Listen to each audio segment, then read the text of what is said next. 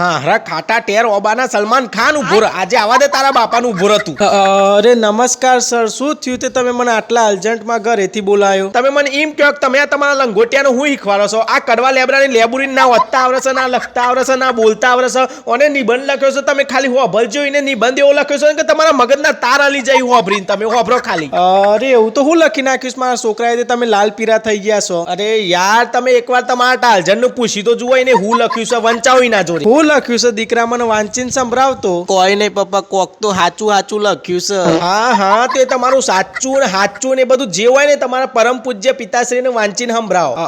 મારા માનનીય પરમ પૂજ્ય ગુરુજી તમોને ગોટી ગોટી વંદન. આ જોયું? અરે ગોટિયા ગોટી ગોટી નહીં, કોટી કોટી વંદન આવે.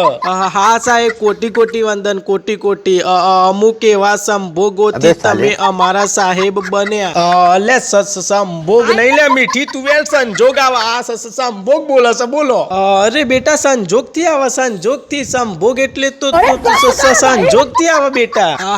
હા એ જે સંજોગોથી તમે અમારા સાહેબ બન્યા, જેમનું નામ છે ડોબેજી. અલે આ ડોબેજી નહીં લે ચોબેજી આવા જોજો. આ તમારું વાવેતર યાર. અરે દીકરા ડોબે નહીં ચોબેજી આવે. તું આ હું બોલે છે? ગોડો થઈ ગયો છે કહું? સોરી સર, હોય એનાથી ભૂલ થાય છે. અરે ભૂલ નહીં, હજી તો ભૂલો થઈ. તમે જુઓ આગળ, વર્ષ લે આગળ. મારા સાહેબ અમને શીખવાડે છે કે આ આખી દુનિયા હરામી છે. અરે ચૂસાઈ જેલી ગોટલી હરામી નહીં લે. આ મારી આવા મારી તું હું ભણી રહ્યો છું, હું શીખી રહ્યો છું. આ ચેવું પેલું જાડી બુદ્ધિનું છોકરું પેદા કરી નાખ્યું છે તમે. અને મારી ઓખો આગળથી લઈ જો લે.